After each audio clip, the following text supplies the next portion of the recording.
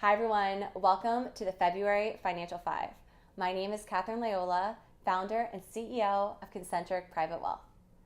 February can be a tough month. The days are shorter, it's colder outside. Sometimes it just feels extra challenging to get a lot of stuff done. So setting up efficiencies are key so that we can really focus on what we're best at. And these efficiencies are both in our personal as well as in our professional and in our financial lives. One way that we can do this is by setting up automatic bill pay. This is key because it takes some of the thinking away. Setting up automatic bill pay is important to align your expenses when they're being paid with when income's coming in so that you have some financial organization. Now, this does not mean that you don't tune into your expenses. It's still important to track your expenses and to see what's going on, but this way you don't actually have to think about when your bills are due. The most organized of us can still miss a bill when we have a lot going on.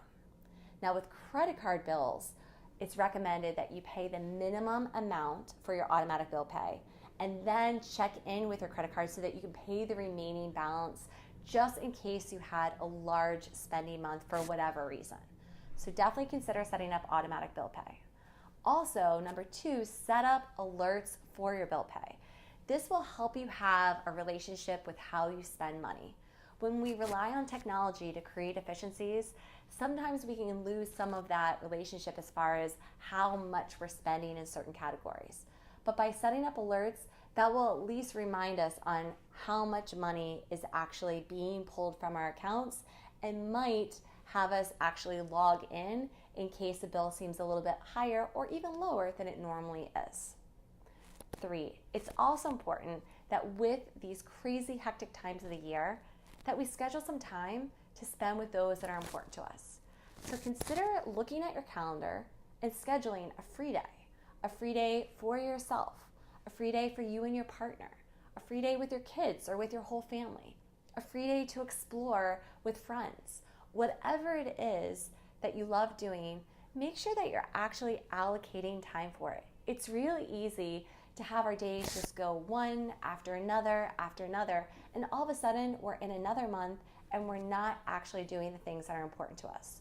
So this month, schedule time in February to spend time with yourself, but also with the people that you highly value. And consider also putting that on the calendar for March, April, May, and so forth for the rest of the year.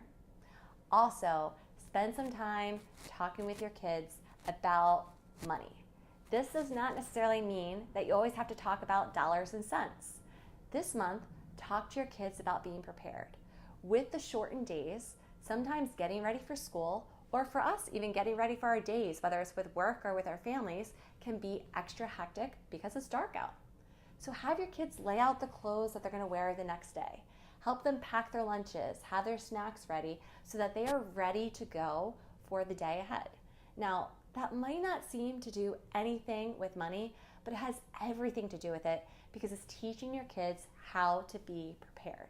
And being prepared is going to serve them when they have to make bigger financial decisions in the future, but even just learning about how money works.